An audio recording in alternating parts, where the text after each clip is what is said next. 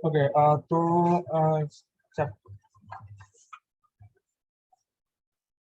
Fundamental और derived quantities से start करते हैं हम लोग। मतलब जो फिजिक्स की शुरुआत होती है सबसे पहले मेजरमेंट से स्टार्ट होती है, किसी भी चीज़ को हम मेजर करना स्टार्ट करते हैं। तो मेजर करते समय हमारे पास दो तरीके की क्वांटिटीज जो है सामने आती हैं।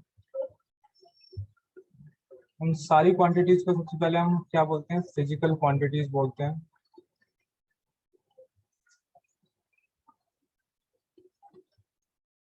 ये दो तरीके की होती हैं। पहली होती है बेसिक और फंडामेंटल क्वांटिटीज। Fundamental quantities. और दूसरी होती है हमारी डिराइव्ड क्वांटिटीज।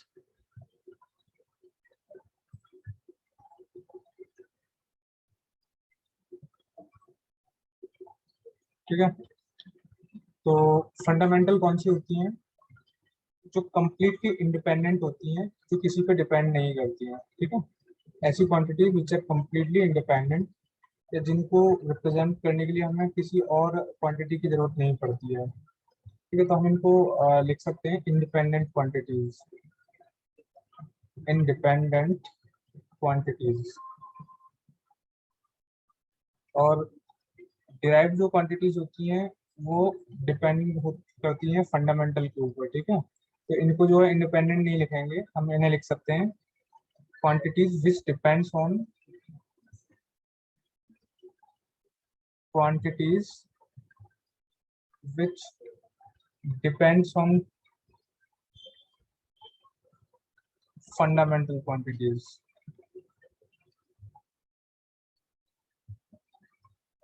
ओके क्लास, सबसे पहले क्लास में तुम लोगों को पार्टिसिपेट करना पड़ेगा। जो भी मैं बात कर रहा हूँ, जिस टॉपिक के बारे में बात कर रहा हूँ, उसके लिए तुम लोगों को जो लाइक जो भी मैं पूछता हूँ तुरंत के तुरंत तुम्हें जवाब देना पड़ेगा। इंटरेक्शन बना रहे क्लास में। ऐसा ना हो कि मैं क्लास में पढ़ा रहा हूँ और तुम लोग सो रहे हो। तो इसलिए जो है साथ के साथ मुझे जो है रिप्लाई करते चलो। चैट बॉक्स अपना खोल के जो है जो भी क्वेश्चन पूछता हूँ या जो भी बात करता हूँ उसके रिगार्डिंग जो है तुम लोग तुरंत के तुरंत जवाब देते रहो। ठीक है। तो मुझे एग्जांपल्स दो कुछ डिराइव्ड क्वांटिटीज के और कुछ फंडामेंटल क्वांटिटीज के, या कुछ क्या जितनी भी फंडामेंटल क्वांटिटीज होती हैं उनके एग्जांपल मुझे बताओ सब लोग जो है। और सब लोग मुझे जवाब दो। ठीक है। कोई भी स्टूडेंट रहना नहीं चाहिए। बताओ मुझे फंडामेंटल क्वांटिटीज कितनी होती हैं और कौन कौन सी होती हैं। तो फंडामेंटल क्वांटिटीज के एग्जांपल बताओ मुझे सब लोग।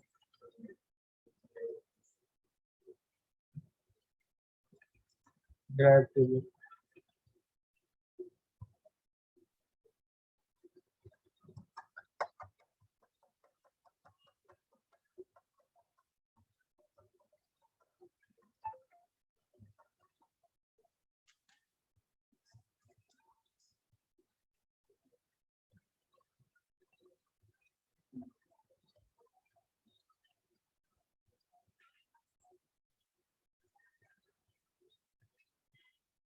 6 फंडामेंटल क्वांटिटीज। क्लास बाकी कोई भी बताएगा मुझे कितनी फंडामेंटल क्वांटिटीज होती हैं?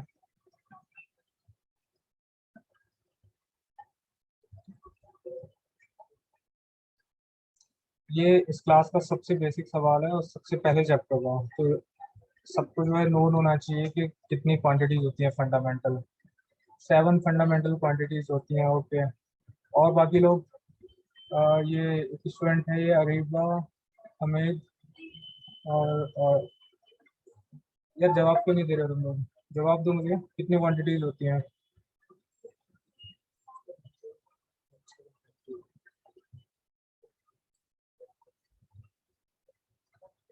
वॉइस क्लियर नहीं है।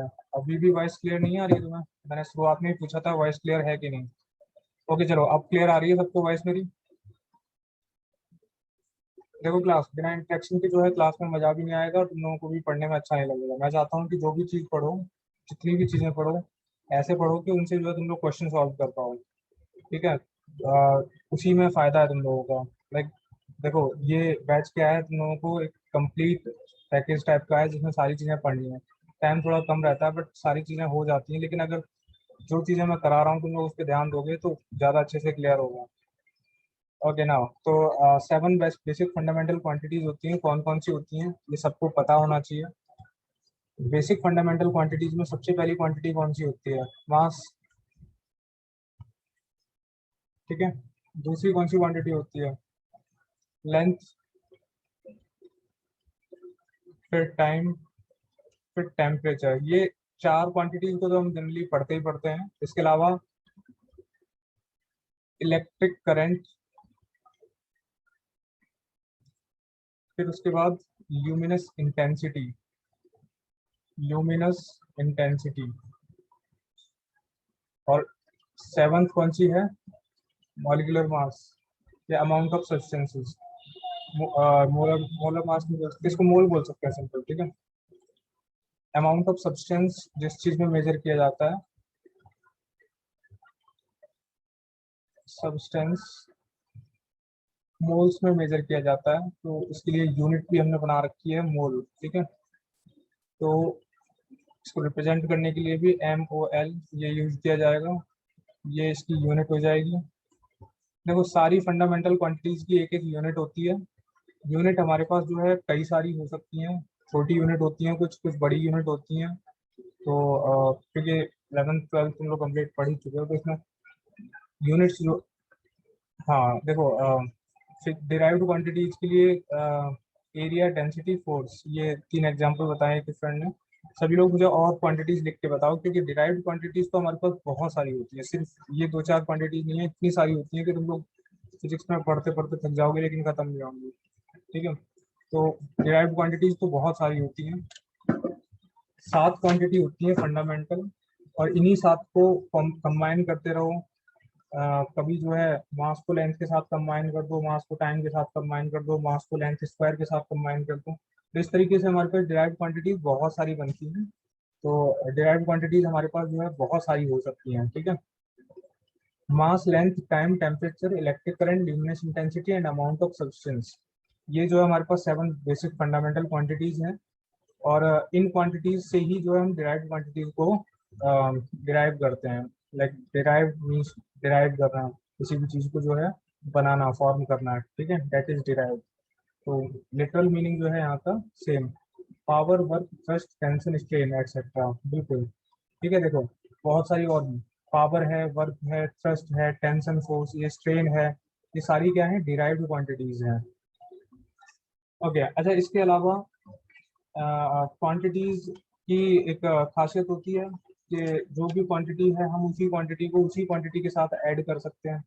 ठीक है। जैसे मास को मास के साथ ऐड कर सकते हैं, लेंथ को लेंथ के साथ ऐड कर सकते हैं, टाइम को टाइम के साथ ऐड कर सकते हैं, टेम्परेचर को टेम्परेचर के साथ। हम जो है जितनी भी ये क्वांटिटीज होती हैं, एक क्वांटिटी को दूसरी क्वांटिटी में ऐड कर सकते हैं तब जब वो सेम यूनिट ले रही हो। ठीक है। तो यहाँ पे हम यूनिट को भी बताते हैं, यहाँ पे सारी क्वांटिटीज के साथ एक यूनिट जुड़ी होती है। तो मास के साथ एक यूनिट जुड़ी होगी, लेंथ के साथ एक यूनिट जुड़ी होगी, टाइम के साथ, मैं इन सब के साथ जो है एक एक यूनिट जुड़ी होती है। तो मैं यहाँ डिराइव्ड क्वांटिटीज के लिए भी एग्जांपल भी लिख देता हूँ जो मुझे तुम लोगों ने बताया है। क्या क्या एग्जांपल बताए हैं? Area, density, force, power, work, thrust force and tension force, strain etcetera. ठीक है।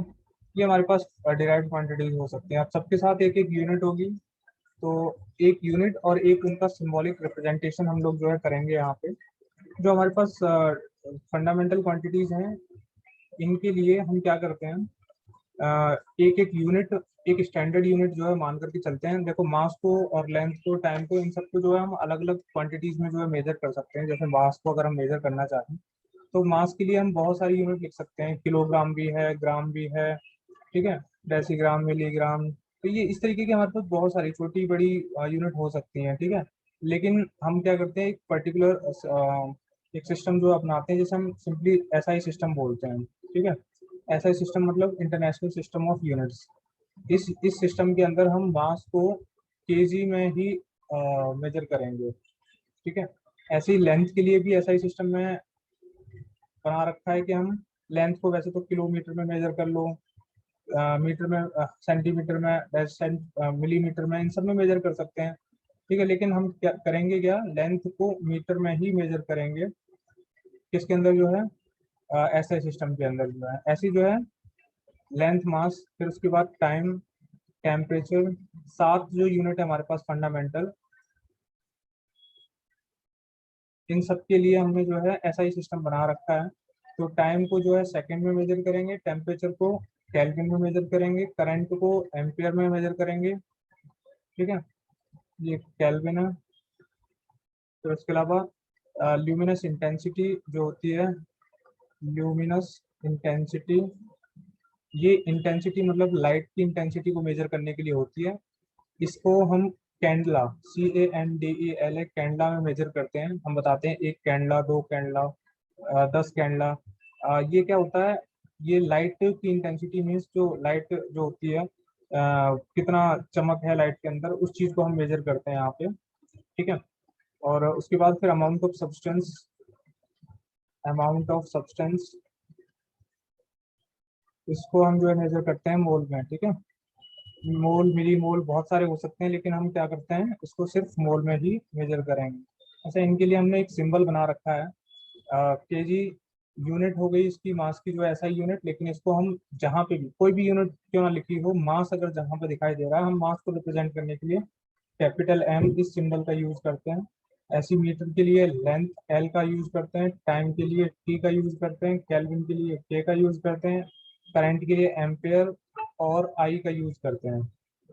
ठीक है, जहाँ I लिखे वहाँ पे भी एम्पेयर मान लेना करंट है, या A लिखे तो वहाँ पे भी करंट है। ठीक है, कैंडला के लिए हम CD का यूज करते हैं, कैपिटल C स्मॉल d, और इसके लिए MOL इसका यूज करते हैं। ठीक है, ओके। तो प्लस यहाँ तक तो तुम सबको जो है पहले से पता होगा। ठीक है, इसके अलावा हमारे पास 2 क्वांटिटीज और होती हैं। कौन कौन सी क्वांटिटीज होती हैं बताओ मुझे जल्दी से। 7 तो फंडामेंटल क्वांटिटीज हो गई। फंडामेंटल क्वांटिटीज में 2 सप्लीमेंट्री क्वांटिटीज और होती हैं, जिन्हें हम मेजर करते हैं, और जिनका वैसे यूज तो काफ़ी है, लेकिन फिर भी जो है हम उनके लिए कोई मतलब पर्टिकुलर अलग से नहीं पढ़ते हैं उन्हें। थोड़ा सा बस जान लेते हैं उनके बारे में। देखो, हाँ, एक plane angle and solid angle, बिल्कुल बहुत अच्छा। कई सारे स्टूडेंट ने जवाब दिया यहाँ पे। Plane angle and solid angle, दोनों एंगल्स के बारे में तुम लोग जानते हो। प्लेन एंगल 2 लाइंस के बीच में बनने वाला। ठीक है, और सॉलिड एंगल जो है एक प्लेन और एक कर्व के बीच में बनने वाला एंगल जो है। ठीक है, तो यहाँ पे जो है मतलब कर्व क्या, एक लाइन, एक एंगल को, प्लेन एंगल को अगर हम घुमा दें किसी भी डिग्री पे, तो जो एंगल बनेगा उसे हम सॉलिड एंगल बोलते हैं। जैसे हम स्टेरेडियन के नाम से जानते हैं।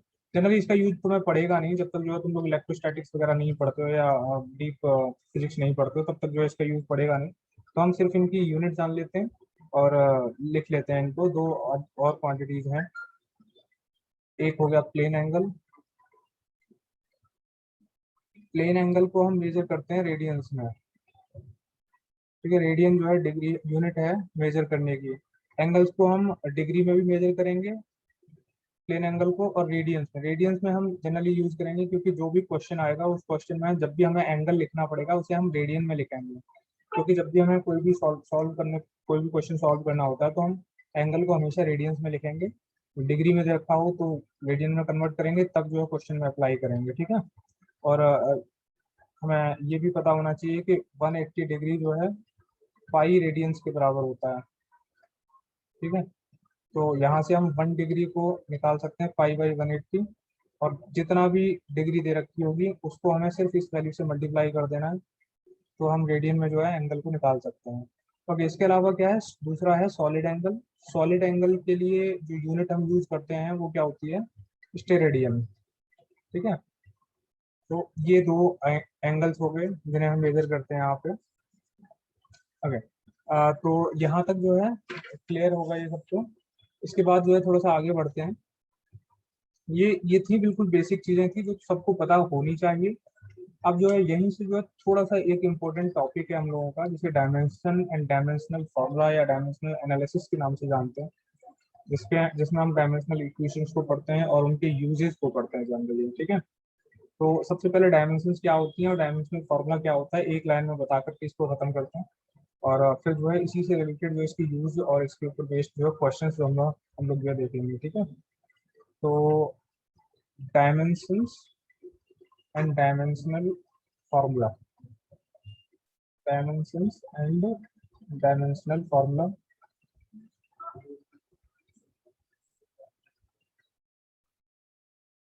देखो, जो भी हमारे पास कोई भी क्वांटिटी होगी, कोई भी फिजिकल क्वांटिटी होगी, उस फिजिकल क्वांटिटी को हम सिंपली जो है रिप्रेजेंट करेंगे। जैसे हमारे पास एक फिजिकल क्वांटिटी है फोर्स, ठीक है। फोर्स किससे आती है? मास को अगर हम एक्सेलरेशन से मल्टीप्लाई कर दे तो मास times of acceleration is force, ठीक है। ये सबने पढ़ा होगा, यही बेसिक फॉर्मूला होता है, force equals to mass into acceleration. Force और भी कई टाइप की हो सकती है, जो भी फोर्स होगी उसकी यूनिट तो हम न्यूटन लिखते हैं, लेकिन ये क्या होती है, उसकी यूनिट मास इंटू एक्सेलरेशन से भी हम उसकी यूनिट निकाल सकते हैं। मास को हम केजी में मेजर करेंगे और एक्सेलरेशन को मीटर पर सेकंड स्क्वायर में मेजर करते हैं, ठीक है। तो KG metre per second square जो है ये न्यूटन के बराबर होती है। 1 newton equal to 1 KG metre per second square. तो इसको चाहे न्यूटन लिख लो चाहे KG metre per second square लिख लो, लेकिन जब न्यूटन लिखेंगे तो हम इसकी डायमेंशन जो है नहीं लिख पाएंगे। अब डायमेंशन क्या होती है ये देखते हैं हम यहाँ पे। तो किसी भी फिजिकल क्वांटिटी को जब हम फंडामेंटल क्वांटिटीज के टर्म्स में देखते हैं तो फंडामेंटल क्वांटिटीज की जो पावर होती है उसे हम डायमेंशन बोलते हैं, ठीक है। तो जैसे फोर्स है, फोर्स की जो यूनिट है वो ये है KG metre per second square. यानी कि फोर्स जो है कौन कौन सी फंडामेंटल क्वांटिटीज से मिलकर के बना है? मास से मिलकर के बना है फोर्स, लेंथ से मिलकर के बना है फोर्स, और टाइम से मिलकर के बना है फोर्स। मतलब फोर्स जो है मास, लेंथ और टाइम से मिलकर के कंबाइन करके बना है। तो मास की जो पावर है वो मास की डायमेंशन हो जाएगी यहाँ पे, लेंथ की जो पावर है वो लेंथ की डायमेंशन, टाइम की जो पावर है वो टाइम की डायमेंशन, ठीक है। तो हम बता सकते हैं कि फोर्स के अंदर मास की डायमेंशन क्या है, लेंथ की डायमेंशन क्या है और टाइम की डायमेंशन क्या है। अच्छा, इसको हम सिंप्लीफाई करने के लिए यूनिट कुछ भी लिखी हो, इसके बेसिक जो रिप्रेजेंटेशन है जो हमने अभी पीछे लिखा था, केजी को, मास को हम एम से रिप्रेजेंट करते हैं तो एम लिख देंगे। लेंथ है, मीटर जो है लेंथ है तो लेंथ को हम एल, और ये टाइम है तो टाइम की पावर -2। ये हम जो है इसका सिंपल रिप्रेजेंटेशन कर दिया, तो इसी चीज को हम क्या बोल देते हैं? Dimensional formula. ये यही चीज क्या बन जाती है? डायमेंशनल फार्मूला बन जाता है, ठीक है। तो ये डायमेंशनल फार्मूला हो गया किसका? फोर्स का। तो अब हम जो है बता सकते हैं कि what are the dimensions of mass, length and time in the formula for force. Force के अंदर जो है डायमेंशंस क्या होंगी? मास की, लेंथ की और टाइम की। तो क्या क्या डायमेंशंस होंगी बताओ जल्दी से मुझे, मास की, लेंथ की, टाइम की, अगर समझ में आ गया हो तो।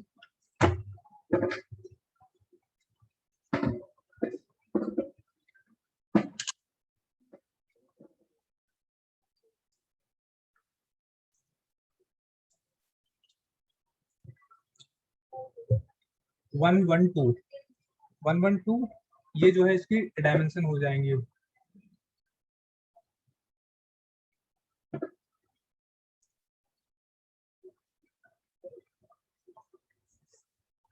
ओके, तो ठीक है। देखो बाकी तो सब कुछ ठीक है, तुमने ठीक लिखा है, लेकिन -2 जो है यहाँ पे पावर है टाइम की, तो -2 जो है टाइम की डायमेंशन होगी यहाँ पे, ठीक है।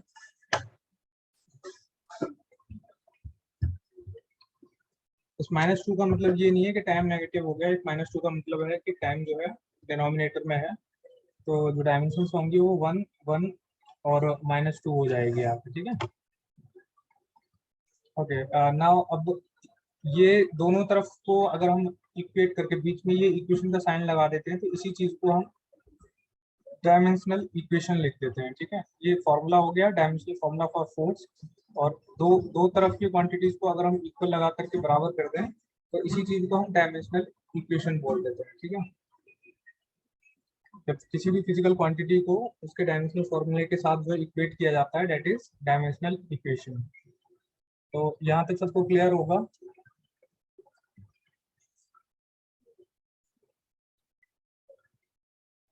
डायमेंशनल इक्वेशन क्या हो जाएगी?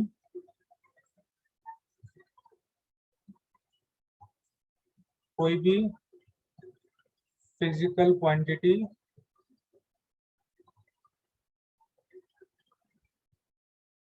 Equals two dimensional formula of quantity, formula of quantity.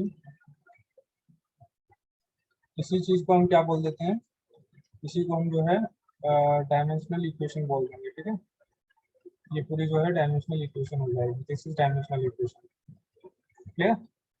Okay now अब जो है यहीं से जो है हम एक प्रिंसिपल ऑफ होमोजेनिटी के बारे में पता करते हैं। जब हमने एक फिजिकल क्वांटिटी को उसके डायमेंशनल फॉर्मूले के बराबर कर दिया, तो हमारे पास एक इक्वेशन मिल गई, लेकिन वो इक्वेशन जो है सही होनी चाहिए, तो हर तरीके से सही होनी चाहिए।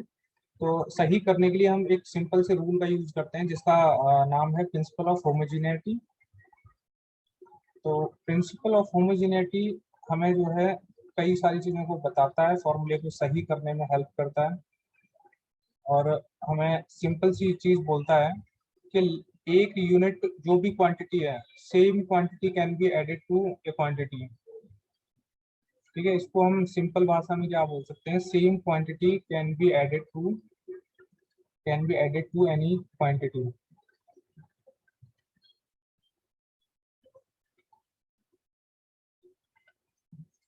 तो अगर हम एक फिजिकल क्वांटिटी में दूसरी फिजिकल क्वांटिटी को ऐड करने की कोशिश करें तो वो पॉसिबल नहीं है। जैसे हम लेंथ में टाइम को ऐड नहीं कर सकते, कोई तुमसे बोले कि 1 मीटर में जो है 1 सेकंड ऐड करूं, नहीं कर सकते। हम नंबर्स को भले ही हम ऐड कर सकते हैं जो कि यूनिट लेस होंगे, बट एक क्वांटिटी को दूसरी क्वांटिटी में ऐड कर ही नहीं सकते, ठीक है। 1 मीटर कपड़ा और 1 लीटर तेल दोनों अलग अलग चीजें हो जाएंगी, क्वांटिटी ही अलग हो गई, है ना। क्योंकि हम ये नहीं बोल सकते कि 2 लीटर जो है कपड़ा और तेल लेके आ रहा हूँ, ऐसे नहीं बोल सकते। हम सिंपली दोनों को अलग अलग करके बोलेंगे, है ना। तो यहाँ पे जो है हम अलग अलग करके ही बोल सकते हैं, और सिंपली एक क्वांटिटी के अंदर हम उसी सेम क्वांटिटी को ही ऐड कर सकते हैं, वरना उस क्वांटिटी को ऐड नहीं कर सकते। जैसे हमारे पास एक सब्ट्रैक्शन के लिए भी यही रूल है, डिवीजन के लिए और मल्टीप्लिकेशन के लिए नहीं है ये रूल, सिर्फ एडिशन और सब्ट्रैक्शन के लिए है। हम एक क्वांटिटी को दूसरी क्वांटिटी से डिवाइड कर सकते हैं, मल्टीप्लाई कर सकते हैं, लेकिन सब्ट्रैक्शन और एडिशन नहीं होगा, ठीक है। तो यहाँ पे लिख लेते हैं only for subtraction and addition.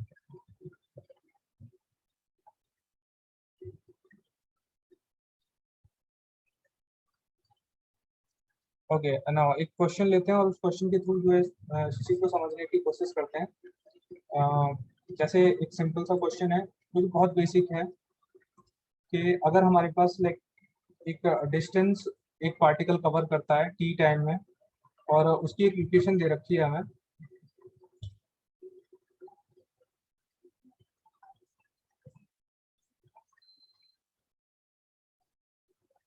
Question क्या है, एक particle covers A distance,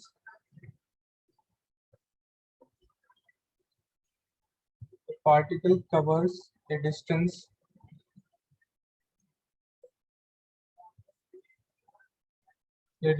x in time t, ठीक है। टाइम t के अंदर अगर एक पार्टिकल x डिस्टेंस कवर करता है, एंड x के लिए हमारे पास एक इक्वेशन दे रखी है a plus B T plus C T square plus D T cube, ठीक है। तो यहाँ पे 1 2 3 4 क्वांटिटीज को जो है हम ऐड कर रहे हैं, और लेफ्ट हैंड साइड में सिर्फ एक क्वांटिटी है। तो ये चारों क्वांटिटीज जो है आपस में ऐड हो रही हैं, और ये पॉसिबल कब होगा, जब इन सब की जो है यूनिट्स जो है सेम होंगी, ठीक है। तो यहाँ पे ये टी जो है ये टाइम गिवन है, डी की यूनिट हमें नहीं पता है, सी की यूनिट नहीं पता है, बी की यूनिट नहीं पता है, एंड ए की यूनिट नहीं पता है। तो हमें ए बी सी डी इन चारों की जो है यूनिट्स भी पता करनी है, और इनकी डायमेंशंस बतानी है हमें, लेंथ मास टाइम की, इनके अंदर जो है क्या क्या डायमेंशंस होंगे, ठीक है। तो ये सिंपल सा क्वेश्चन है, सभी लोग जो है इसे ट्राई करो पहले, उसके बाद मैं बताता हूँ।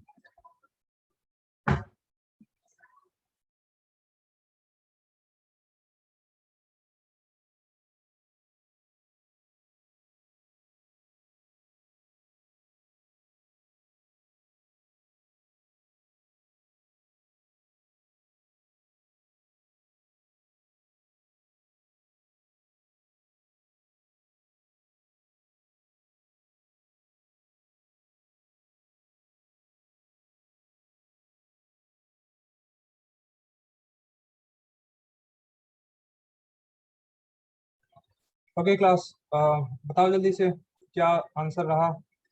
ए बी सी डी की क्या डायमेंशंस आएंगी, जल्दी से सॉल्व करो, इतना ज़्यादा बड़ा क्वेश्चन नहीं है ये। या यूनिट क्या आएंगी इन सब चीज़ों में।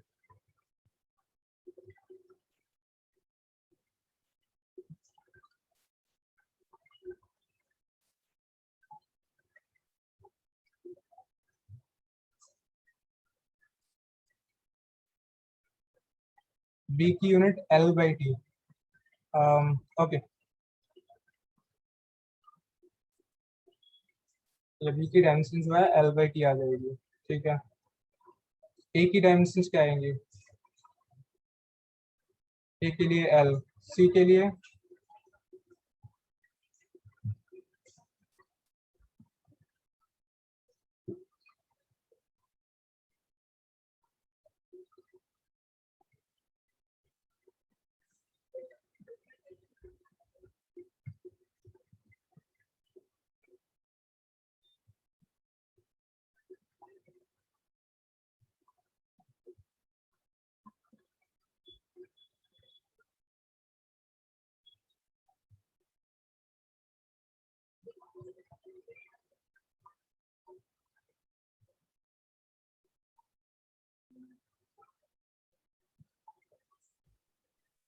सर सी के लिए LT-2, ओके, एंड डी के लिए LT-3। बिल्कुल। तो ये यहाँ तक जो है तुम्हें सब क्लियर है पूरा। ओके,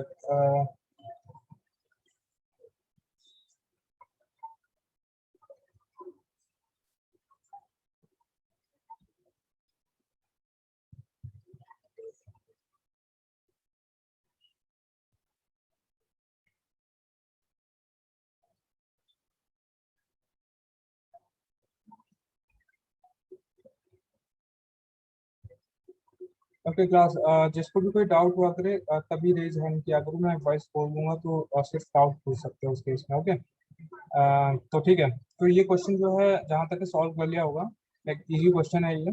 बट यहाँ पे जो है चीज़ें किस तरीके से यूज हो रही हैं, सिर्फ ये देखने के लिए मैंने ये क्वेश्चन बताया तुम लोगों को। इसमें है क्या कि चार क्वांटिटीज अगर ऐड हो रही हैं तो चारों की यूनिट जो है सेम होनी चाहिए, या वो चारों क्वांटिटीज जो है सेम होनी चाहिए। तो यहाँ पे लेफ्ट हैंड साइड में क्या है, एक ही क्वांटिटी है, और ये एक क्वांटिटी क्या है, लेंथ है। तो लेंथ हमें, लेंथ क्योंकि डिस्टेंस हम मेजर कर रहे हैं, एक्स क्या है, एक डिस्टेंस है। सो ये डिस्टेंस ही होना चाहिए। डिस्टेंस किसको हम लेंथ बोल सकते हैं, या इसकी यूनिट क्या होगी, मीटर होगी। तो एक लेंथ के अंदर एक लेंथ को ही ऐड कर सकते हैं हम। जैसे ए है और बी टी को हम ऐड कर रहे हैं, तो इसकी यूनिट भी क्या होनी चाहिए, लेंथ होनी चाहिए। और इसकी यूनिट भी होल कंबाइंड जो है लेंथ होनी चाहिए, और इन सब की यूनिट, चारों की यूनिट जो है लेंथ होनी चाहिए। ठीक है, तो चारों की जब यूनिट लेंथ होगी तो हम चारों को बराबर कर देंगे लेंथ से, यानी कि एल के बराबर कर देंगे। तो ए की यूनिट जो है, जो भी डायमेंशनल फॉर्मूला होगा उसको हम जो है लेंथ से बराबर कर देंगे, तो ए का डायमेंशनल फॉर्मूला क्या आ जाएगा, एल आ जाएगा। ऐसे ही बी इंटू टी, टाइम के लिए डायमेंशनल फॉर्मूला क्या हो जाएगा, बी इंटू टी, टी के लिए टाइम, टी कैपिटल टी हो जाएगा, और इसको बराबर किसके कर देंगे, एल के बराबर कर देंगे। तो यहाँ से बी के लिए डायमेंशनल फॉर्मूला क्या आ जाएगा, एल टी-1। ठीक है, तो एल टी-1 बी के लिए डायमेंशनल फॉर्मूला। ऐसे ही जो है सी और डी के लिए भी, सी के लिए हमारा L-T-2 आ जाएगा, एंड डी के लिए L-T-3 आ जाएगा। ठीक है, तो हम चारों quantities A B C D के लिए हम डायमेंशनल फॉर्मूला यहाँ पे बता सकते हैं, L-T-1, L-T-2 एंड L-T-3। ये बहुत बेसिक क्वेश्चन था, और यहीं से जो है शुरुआत होती है अंडरस्टैंडिंग की, कि हाँ हम क्वेश्चन को किस तरीके से जो है टैकल करेंगे। ठीक है, अच्छा इस क्वेश्चन में जो है, अगर हम ए बी सी डी के साथ जो है कोई नंबर और मल्टीप्लाई कर देते तो कोई फर्क नहीं पड़ता। तो यहाँ से एक और चीज पता चलती है कि डायमेंशनल फॉर्मूले में कभी भी जो है कोई भी कांस्टेंट की कोई यूनिट नहीं होती, इसलिए कांस्टेंट का कोई कंट्रीब्यूशन नहीं होता। ठीक है, तो डायमेंशनल फॉर्मूले के अंदर जो है कोई भी कांस्टेंट का कंट्रीब्यूशन नहीं होता है। ठीक है, तो जैसे एक और मैं तुम लोगों को क्वेश्चन बताता हूँ। जैसे हमारे पास काइनेटिक एनर्जी किसी पार्टिकल की दे रखी है, और काइनेटिक एनर्जी के लिए फॉर्मूला हमें दे रखा है K equals to alpha S square, ये फॉर्मूला दे रखा है हमें, K equals to alpha S square. ठीक है, तो एस जो है डिस्टेंस है और के जो है हमारी काइनेटिक एनर्जी है। ठीक है, के क्या है हमारी काइनेटिक एनर्जी। तो हमें अल्फा की यूनिट्स जो है बतानी है, या अल्फा के लिए डायमेंशनल फार्मूला बताना है। तो हम क्या यूज करेंगे यहाँ पे, जल्दी से यूज करके आंसर निकालो। दोनों इसका आंसर चाहिए मुझे, अल्फा की यूनिट्स चाहिए। Find dimensions of alpha.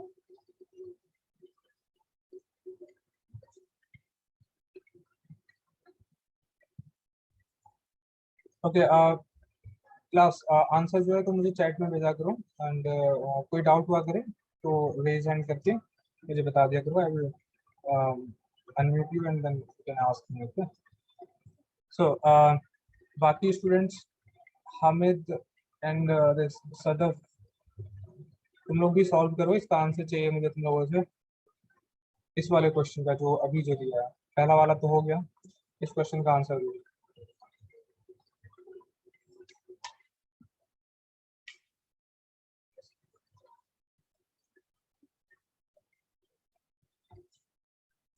mt-2, okay, mt-2 इसका आंसर है।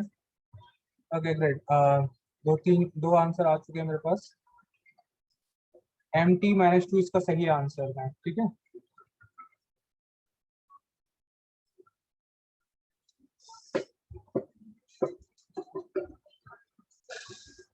ओके ना, तो ठीक है। तो उम्मीद है कि ये इस टाइप के क्वेश्चन तुम लोग कर सकते हो आराम से, यहाँ पे कोई दिक्कत नहीं होगी।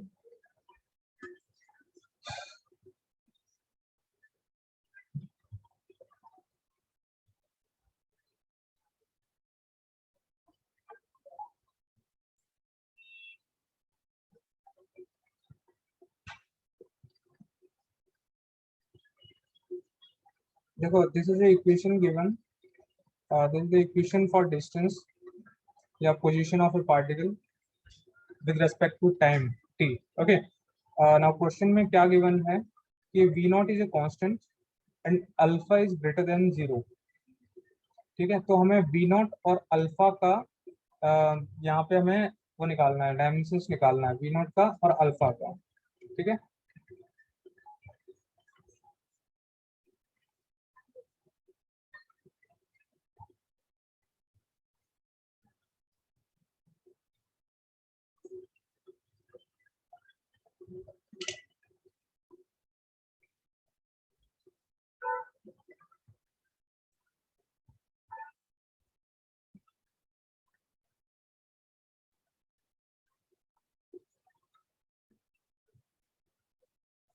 क्वेश्चन रिपीट क्या मैं लिख देता हूँ क्वेश्चन को। x is a function of time, x is a function of time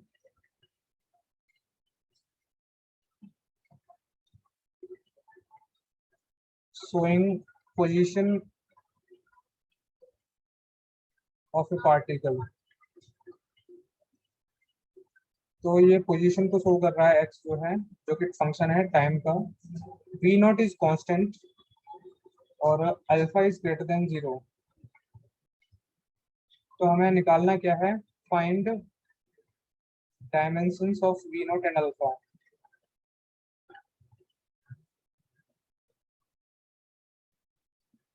ठीक है, हमें v नॉट और अल्फा की डायमेंशंस बतानी है। तो इस क्वेश्चन को जल्दी से सॉल्व करो, इतना ज़्यादा टाइम नहीं है इस क्वेश्चन को सॉल्व करने के लिए।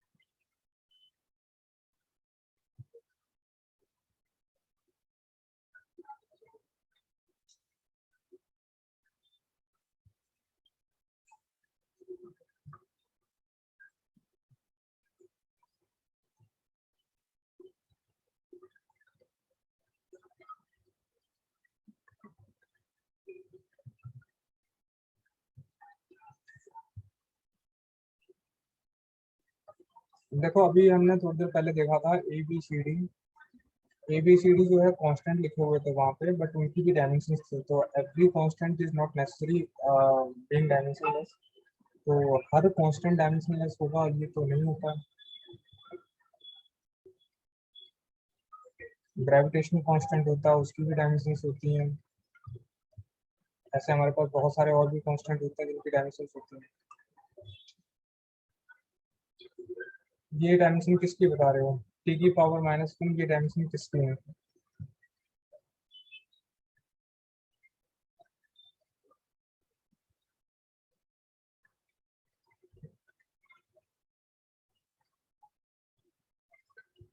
वी नॉट के लिए टी की पावर -1 नहीं आएगा, एंड अल्फा के लिए आएगा।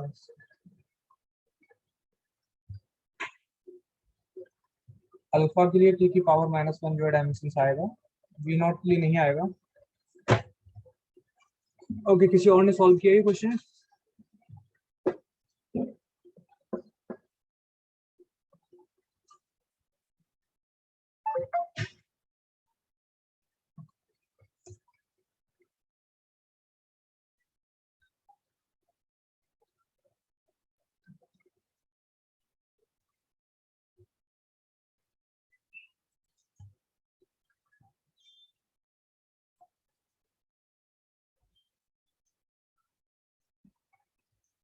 बिल्कुल। LT-1 जो है ये वी नॉट के लिए जो है डायमेंशंस हो जाएंगे, और एक स्टूडेंट का जवाब आ चुका है यहाँ पे LT-1।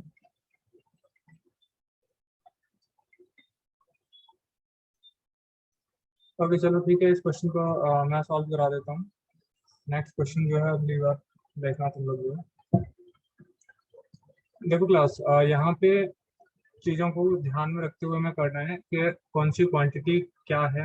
दोनों तरफ जो है क्वांटिटी सेम होनी चाहिए। सबसे पहले तो हमें क्या गिवन है क्वेश्चन में कि x is a function of time which is given by V not over alpha and 1 minus E alpha T.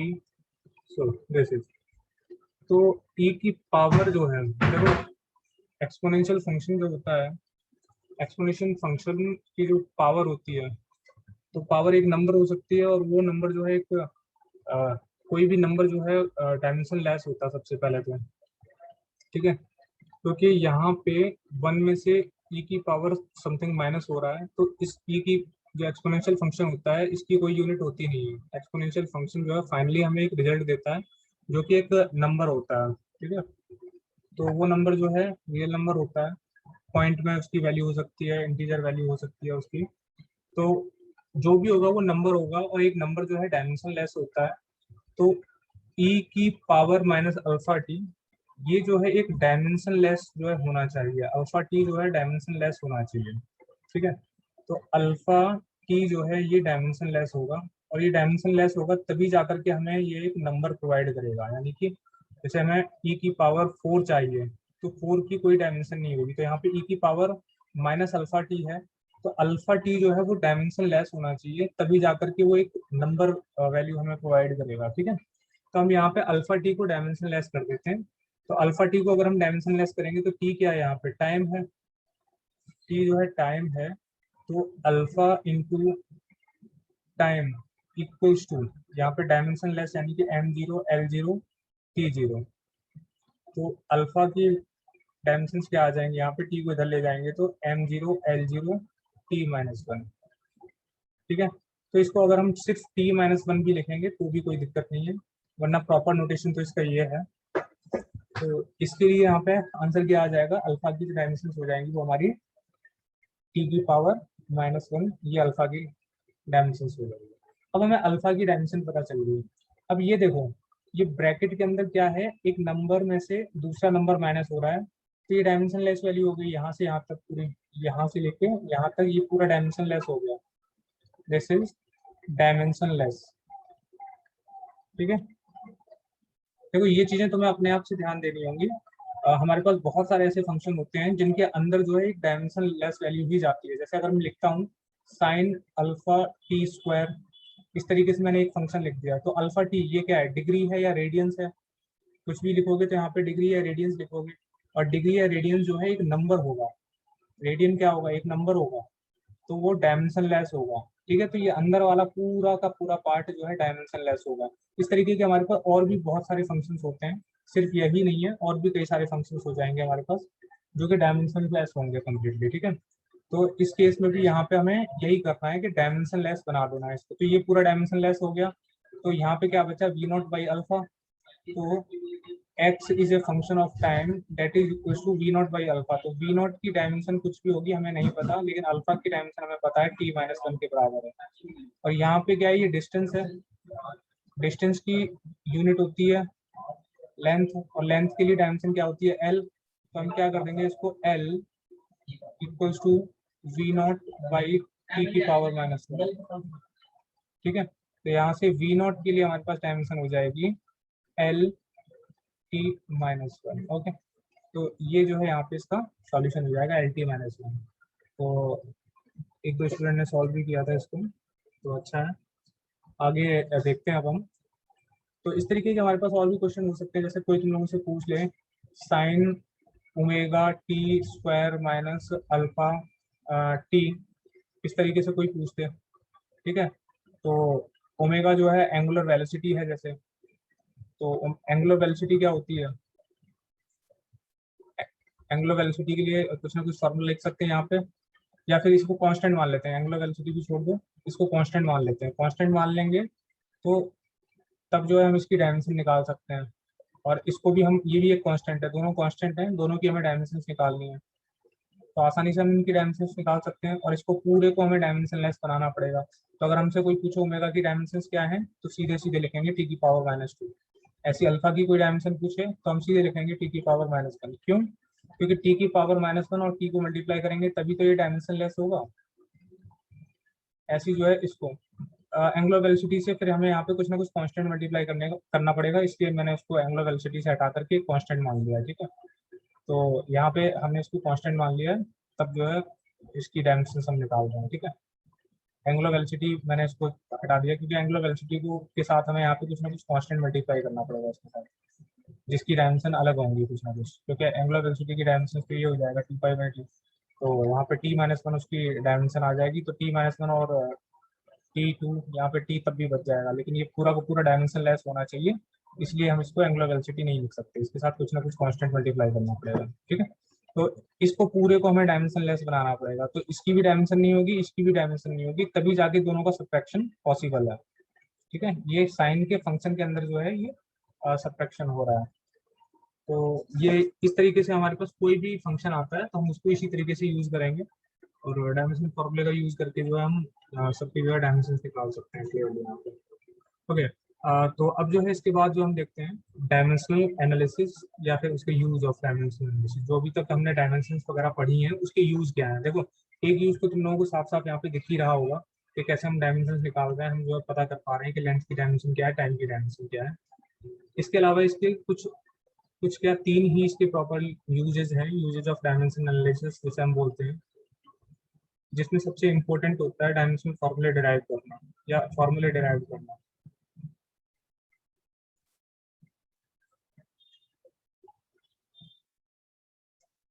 तो इसका जो सबसे इंपॉर्टेंट यूज है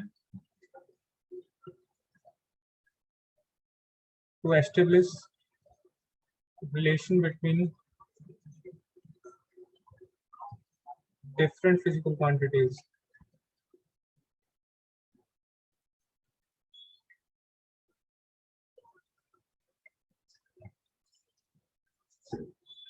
देखो, डायमेंशनल एनालिसिस का यूज करके हम क्या करते हैं, दो फिजिकल क्वांटिटीज के बीच में जो है, या दो से ज्यादा, तीन चार पाँच छः आठ दस जितनी भी हों, सबके बीच में हम एक डायरेक्ट जो है रिलेशन क्रिएट कर सकते हैं।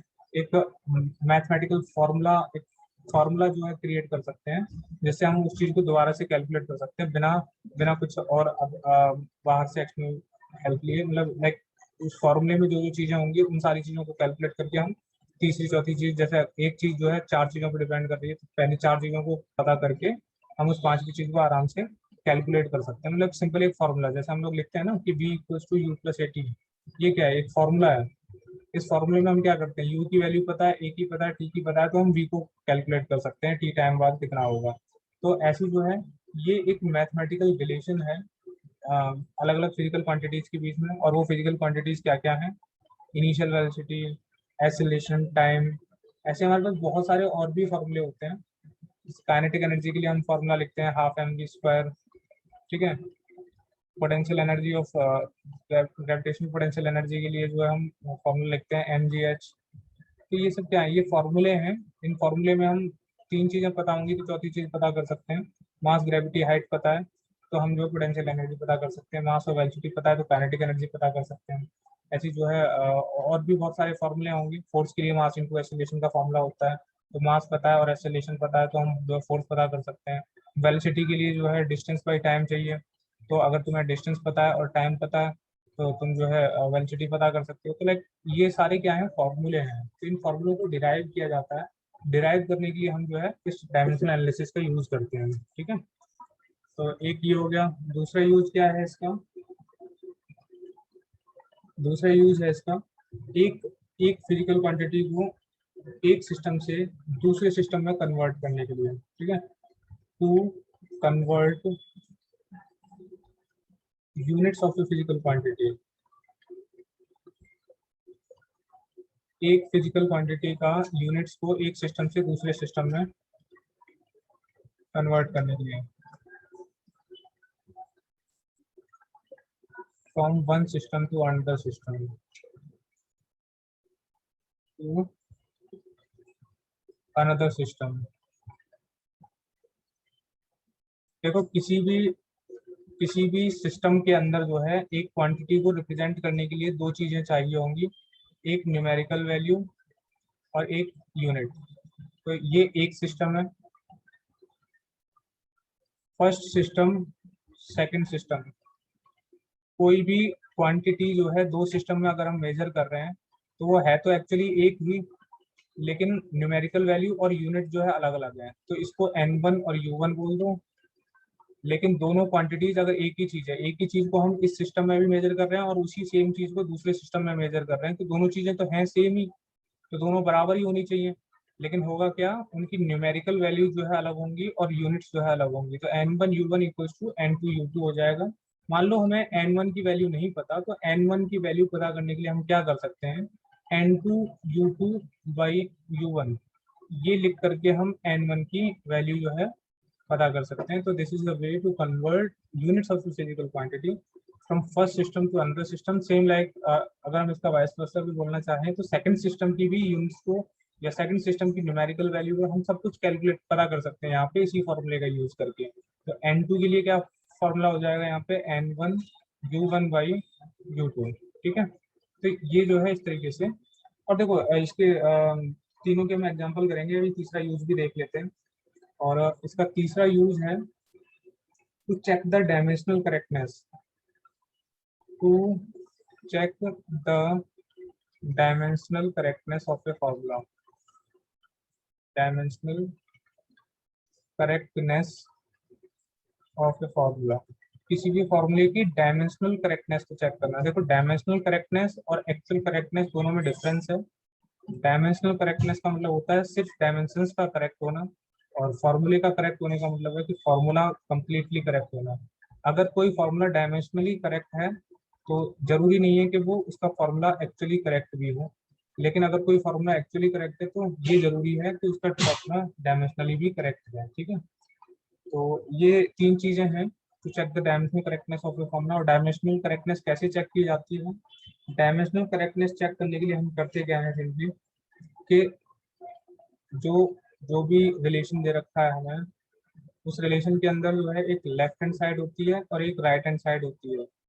जैसे हमारे पास सिंपल सा फॉर्मूला है v equals to u plus a2। तो यहाँ पे एक लेफ्ट हैंड साइड है, LHS है ये, और ये पूरी की पूरी ये जो है RHS है। तो लेफ्ट हैंड साइड में जो भी डायमेंशनल फॉर्मूला होगा वो dimensional formula right hand side के डायमेंशनल फॉर्मूले से मैच होना चाहिए, तभी जो है कोई भी फॉर्मूला डायमेंशनली करेक्ट होता है, ठीक है। ध्यान रखना इस चीज़ को। और इन तीनों को जो हम कैसे जो यूज करेंगे ये चीज़ भी हम कर लेते हैं। तो सबसे पहले देखते हैं किस तरीके से जो है फॉर्मूला जो है डिराइव किया जाता है। फर्स्ट यूज जो है किस तरीके से किया जाता है, ठीक है, क्योंकि सबसे इम्पोर्टेंट यही है और इसी को हम सबसे पहले जो है यूज करना सीखते हैं। ठीक है, तो जैसे हमारे पास एक क्वेश्चन है, मैं यहाँ क्वेश्चन लिख देता हूँ। क्वेश्चन क्या है,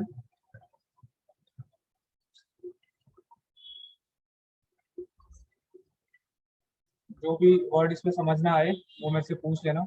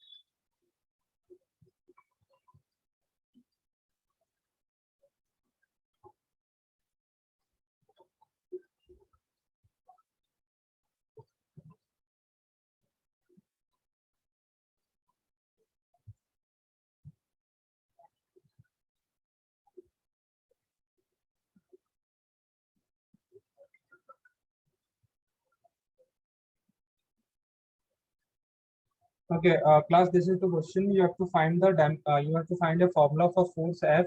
हमें force F को कैलकुलेट करने के लिए एक सिंपल सा फॉर्मूला कैलकुलेट करना है। और ये फोर्स जो है किस किस पे डिपेंड करेगी, it has been given in the question, like this is eta viscosity, coefficient of viscosity of the liquid, this is eta, and radius r of the sphere, and velocity या speed v of the sphere। तो simple सा question है। Question में जो given है उस data का use करके तुम्हें इस क्वेश्चन को जो है सॉल्व करना है। और है क्या कि एक लिक्विड के अंदर जो है एक स्फीयर को गिराया जा रहा है। मतलब ये एक लिक्विड है, ठीक है, इसके अंदर एक स्फीयर को फेंका गया है। अब जब ये स्फीयर जो है इस पानी में या लिक्विड के अंदर गिर रहा होता है अंदर जो है, तो ये नीचे की तरफ जाने की कोशिश कर रहा है स्फीयर जो है, तो ये लिक्विड जो है इसको अपोजिंग फोर्स लगा रहा है। ठीक है, ये अपोजिंग फोर्स जो है किस किस पे डिपेंड कर रही है, वो फोर्स जो है सबसे पहले इसकी कोफिशिएंट ऑफ विस्कोसिटी ईटा पे डिपेंड कर रही है। ठीक है, और दूसरा रेडियस ऑफ द स्फीयर पे डिपेंड कर रही है। ठीक है, रेडियस ऑफ स्फीयर, जो चीज गिर रही है उसके स्फीयर, जैसे स्फीयर गिर रहा है यहाँ पे तो स्फीयर के रेडियस पे, and B speed of sphere, इन तीन चीजों पे डिपेंड कर रही है। तो हमें फार्मूला निकालना है फोर्स के लिए। ठीक है, तो देखो इसको करने का तरीका मैं बताता हूँ तुम लोगों को कि कोई भी क्वेश्चन अगर हमें इस तरीके से जब भी गिवन हो तो हमें स्टार्ट क्या कहाँ से करना है ये चीज देखते हैं। ठीक है, तो हम क्या करेंगे, यहाँ पे हम बोल देंगे कि फोर्स जो है, जो भी फोर्स है वो जो जिन जिन क्वांटिटीज पे डिपेंड कर रही है उनकी एक पावर एज्यूम कर लेते हैं हम लोग। ठीक है, जैसे ईटा पे डिपेंड कर रही है, ईटा क्या है, कोफिशिएंट ऑफ विस्कोसिटी, ईटा पे डिपेंड कर रही है, रेडियस पे डिपेंड कर रही है और स्पीड पे डिपेंड कर रही है। तो हम बोल देते हैं कि force is directly proportional to eta, directly proportional to radius, directly proportional to speed भी। लेकिन इनकी कुछ ना कुछ पावर एज्यूम करनी पड़ेगी, इसकी पावर ए, इसकी पावर बी, इसकी पावर सी। और हम यहीं से जो है क्या लिख सकते हैं कि force equals to some constant के, कांस्टेंट लिख देते हैं यहाँ पे सम कांस्टेंट के, क्योंकि डायरेक्टली प्रोपोर्शनल का साइन जब हटाते हैं तो कोई एक कांस्टेंट मल्टीप्लाई हो जाता है। थीटा की पावर ए, आर की पावर बी, एंड वेलोसिटी की पावर c। हमें कुछ ना कुछ पावर जो है लगा करके लिखनी है यहाँ पे। हम जो है डायरेक्टली ऐसे नहीं लिख सकते कि ईटा पे डिपेंड कर रही है, आर पे डिपेंड कर रही है, वी पे डिपेंड कर रही है। We have to put some powers of eta A, eta radius and velocity, because हमें नहीं पता कि ईटा किस पावर पे डिपेंड कर रही है फोर्स। ठीक है, तो हमें ये पता अगर पहले से होता तो फिर हमें जो इसकी जरूरत ही नहीं पड़ती। तो हमें यही पता करना है कि ए की वैल्यू क्या होगी, बी की वैल्यू क्या होगी और सी की क्या वैल्यू होगी। ठीक है, तो हमें ए, बी और सी की जो है वैल्यू पता करनी है यहाँ पे। ठीक है, तो हम ये एक फॉर्मूला पहले से अज्यूम करने के बाद अब हम क्या करेंगे, अब हमें ये पता होता है कि दोनों तरफ डायमेंशनल फॉर्मूला सेम होना चाहिए, तो दोनों तरफ का डायमेंशनल फॉर्मूला सेम कर दो। ठीक है, तो इधर का डायमेंशनल फॉर्मूला फोर्स के लिए होगा, तो फोर्स का डायमेंशनल फॉर्मूला क्या होता है, M L T minus two, ये होता है फोर्स का डायमेंशनल फॉर्मूला। कांस्टेंट का कोई डायमेंशनल फॉर्मूला नहीं होगा, डायमेंशनलेस। ईटा की पावर ए, ईटा क्या है, कोफिशिएंट ऑफ विस्कोसिटी, और कोफिशिएंट ऑफ विस्कोसिटी के लिए डायमेंशनल फॉर्मूला क्या होता है, M L minus one T minus one. ठीक है, ये डायमेंशनल फॉर्मूला होता है ईटा के लिए। ठीक है, तो हम यहाँ पे लिख देंगे M L minus one T minus one इसकी पावर ए, ऐसी रेडियस की पावर, रेडियस यानी कि लेंथ, लेंथ की पावर बी, और यहाँ पे वेलोसिटी है यानी कि एल टी माइनस वन इसकी पावर सी। अब जो है इसको सॉल्व करेंगे यहाँ पे, तो यहाँ पे जब सॉल्व करेंगे तो मास को मास के साथ मल्टीप्लाई कर दो, लेंथ को लेंथ के साथ, टाइम को टाइम के साथ। तो हमारे पास यहाँ पे एम के लिए क्या फॉर्मूला हो जाएगा, ए, ऐसी जो है यहाँ पे तो लेंथ है, सिर्फ मास है नहीं यहाँ पे, तो मास के लिए सिर्फ ए की पावर बचेगी, यहाँ पे भी मास नहीं है, यहाँ पे लेंथ है, यहाँ पे भी लेंथ है, यहाँ पे भी लेंथ है, तो लेंथ की पावर यहाँ पे माइनस ए है, यहाँ पे बी है और यहाँ पे सी है। तो हम लेंथ की पावर जो लिखेंगे वो क्या लिखेंगे, minus A plus B plus सी, तो minus A plus B plus सी। ऐसी जो है टाइम के लिए हम क्या फॉर्मूला लिखेंगे यहाँ पे, minus A minus C, minus A minus सी। तो ये जो है इसका डायमेंशनल फार्मूला हो जाएगा। ओके, तो अब ये जब इसका डायमेंशनल फार्मूला हो जाएगा, दोनों को इक्वेट कर देंगे हम। तो इक्वेट करने से हमें क्या पता चलेगा कि लेफ्ट हैंड साइड में m की जो पावर है वही पावर जो है राइट हैंड साइड में होनी चाहिए। देखो कुछ स्टूडेंट का आंसर भी आ गया, ए, बी और सी की तीनों की वैल्यू जो है यहाँ पे 1 के बराबर आएगी। तो आप मुझे बताओ, क्या मुझे इस चीज को सॉल्व करने की जरूरत है या फिर इसका सॉल्यूशन अपने आप कर लोगे अब आगे।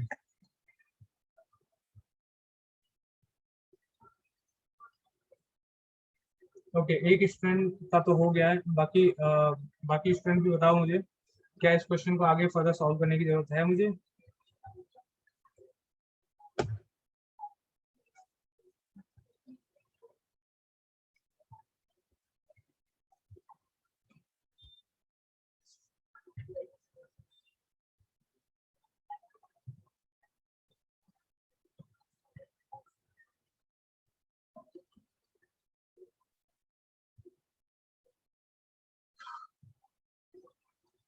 ये हो जाएगा, ये इसमें से ला सकते हैं।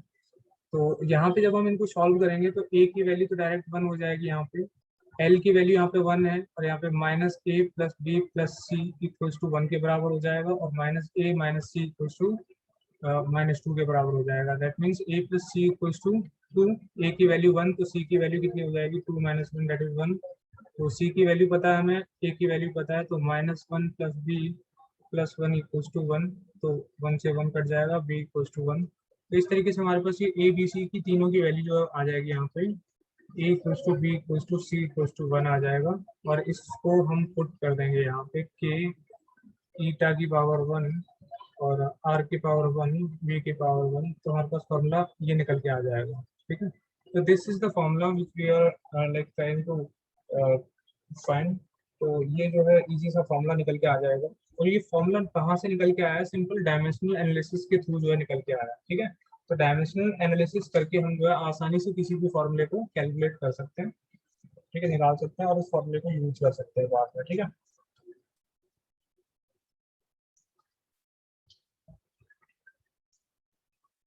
क्लियर है ये चीज। ओके, तो ऐसे ही जो है एक क्वेश्चन जो है हम यूनिट कन्वर्जन के ऊपर भी कर लेते हैं। यूनिट कन्वर्जन के अंदर भी जो है इसी तरीके से हम यूज करेंगे सारी चीजों को। जो फॉर्मूला भी हमने देखा था N1U1 इक्वल्स टू N2U2, तो उसी फॉर्मूले को यूज करके हम यूनिट कन्वर्जन के क्वेश्चंस भी सॉल्व कर सकते हैं आसानी से। जैसे हमारे पास क्वेश्चन गिवन है, क्वेश्चन क्या है, Young's modulus of steel is 19 into 10 की पावर 10 न्यूटन पर मीटर स्क्वायर। ठीक है, तो हमें एक्सप्रेस करना है इसको, एक्सप्रेस इट इन डायन पर सेंटीमीटर स्क्वायर। ठीक है, ये डायन पर सेंटीमीटर स्क्वायर सीजीएस सिस्टम के अंदर जो है यूनिट होती है, और न्यूटन पर मीटर स्क्वायर ये एसआई सिस्टम के अंदर यूनिट होती है, या फिर एमकेएस सिस्टम के अंदर। ठीक है, मीटर किलोग्राम सेकंड और ये सेंटीमीटर ग्राम सेकंड। तो हमें जो है इसको कैलकुलेट करना है यहाँ पे। अच्छा, अब कोई भी मेरे से यंग्स मॉड्यूलस का डायमेंशनल फार्मूला मत पूछना, बिकॉज मैंने यहाँ पे यूनिट लिख दिया, तो यूनिट से डायमेंशनल फार्मूला कैलकुलेट कर सकते हैं आसानी से। ठीक है,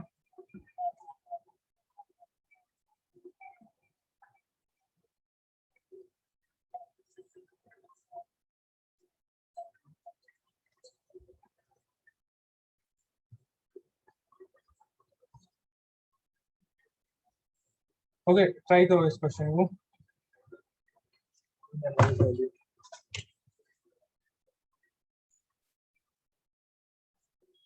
हाँ, डायन पर सेंटीमीटर स्क्वायर और न्यूटन पर मीटर स्क्वायर।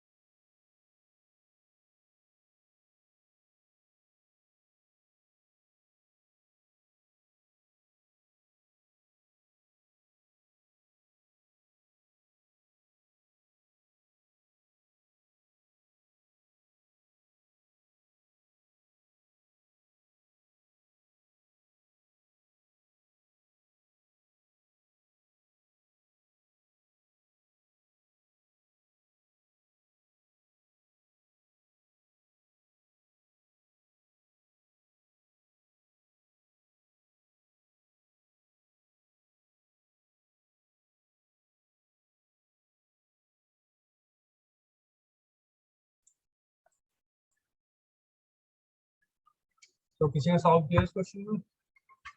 नहीं। तो मैं बताता हूँ इसको आगे। सिर्फ एक स्टूडेंट का आंसर आया अभी तक जो है 19 इंटू 10 की पावर 11।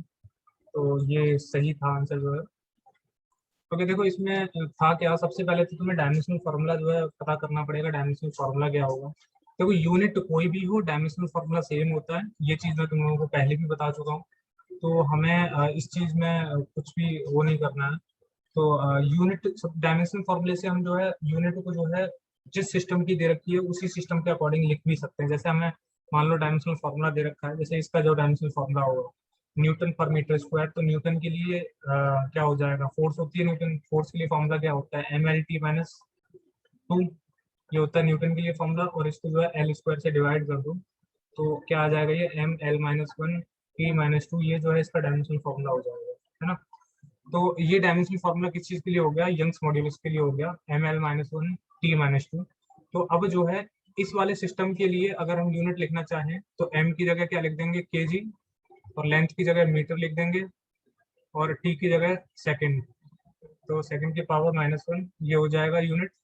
और इस वाले सिस्टम के लिए यूनिट लिखना चाहें तो मास की जगह हम क्या लिखेंगे, यहाँ पे ग्राम लिखेंगे, और लेंथ सेंटीमीटर लिखेंगे, और टाइम जो है वही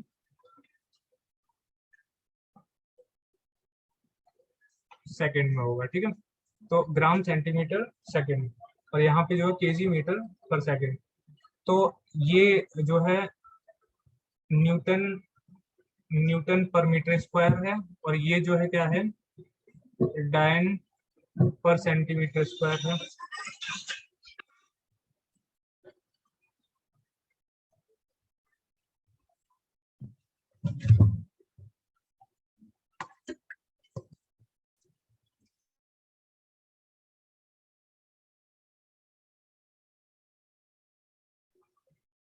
तो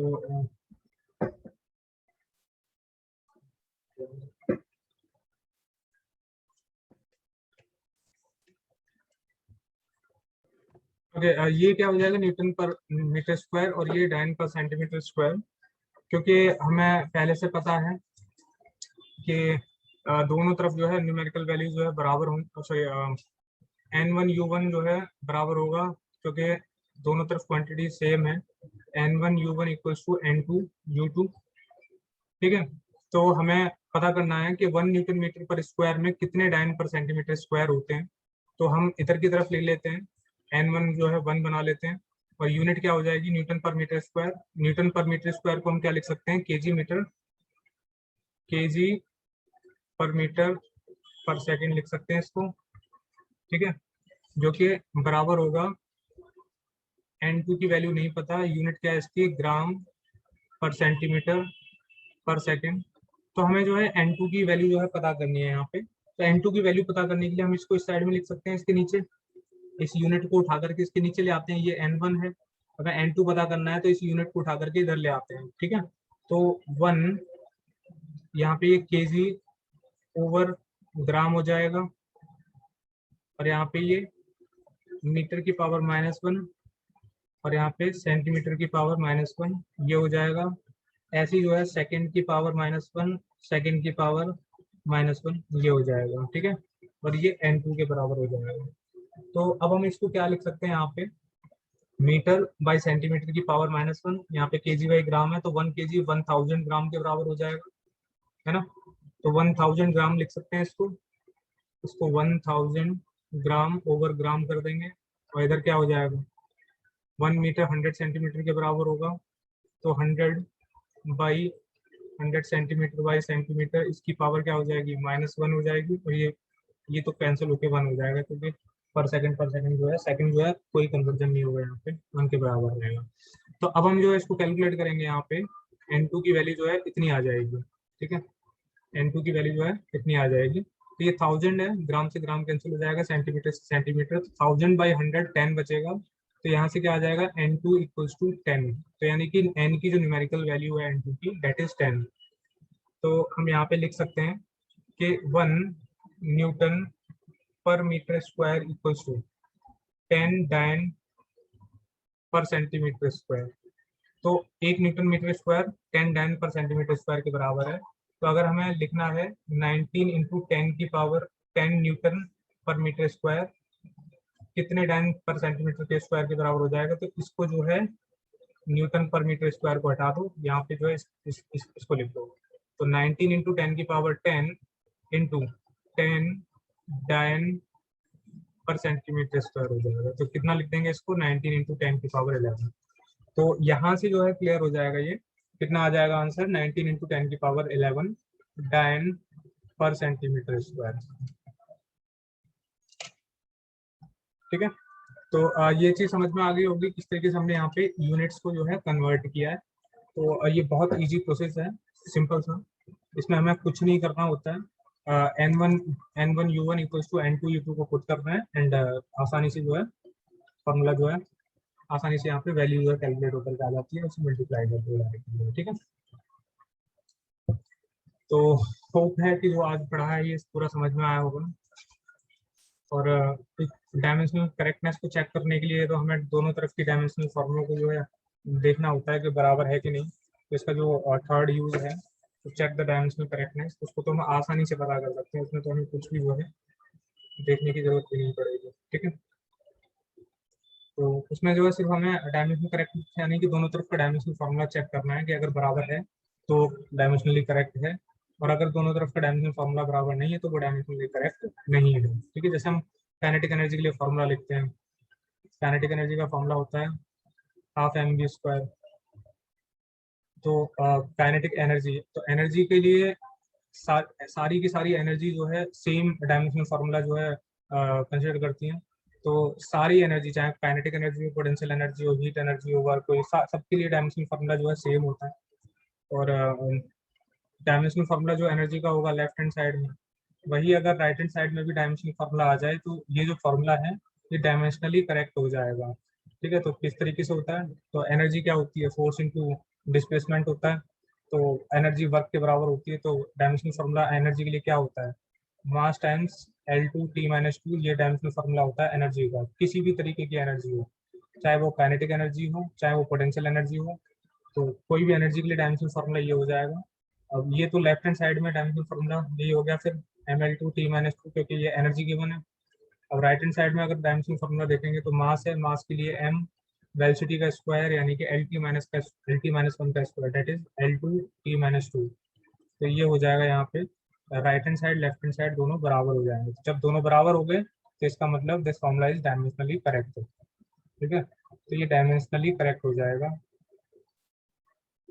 अब देखो यहीं पे जो है अगर हम हाफ की जगह 1/4 भी लिख देते तो भी डायमेंशनली करेक्ट होता, 2 भी लिख देते तो भी डायमेंशनली करेक्ट होता, लेकिन एक्चुअल फॉर्मूले के अंदर हाफ आता है।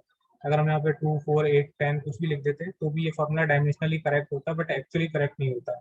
और अभी जो ये फॉर्मूला है ये एक्सपेरिमेंटल फॉर्मूला है, तो ये हाफ mv², हाफ जो है कैलकुलेटेड वैल्यू है, कैलकुलेट करके आई है एक्सपेरिमेंट्स के थ्रू जो है। तो हाफ जो है डायमेंशनली करेक्ट भी है, और यहाँ पे ये एक्चुअली भी करेक्ट है ये फार्मूला जो है। तो ये फार्मूला जो है दोनों तरीके से करेक्ट है, डायमेंशनली भी और एक्चुअली भी करेक्ट है। ठीक है, तो यही मैं बताना चाह रहा था यहाँ पे कि फार्मूला अगर डायमेंशनली करेक्ट है तो वो एक्चुअली करेक्ट हो भी सकता है, नहीं भी हो सकता है, लेकिन अगर कोई फार्मूला एक्चुअली करेक्ट है तो वो डायमेंशनली करेक्ट होना चाहिए। ठीक है, तो ये है यहाँ पे। तो आज की क्लास में इतना ही। नेक्स्ट क्लास में फिर हम लोग वेक्टर्स और प्लस मैथमेटिक्स पढ़ेंगे थोड़ी सी। तो होप है ये सब कुछ समझ में आया होगा। क्लास किसी को कोई डाउट है यहाँ तक? Okay, no doubt.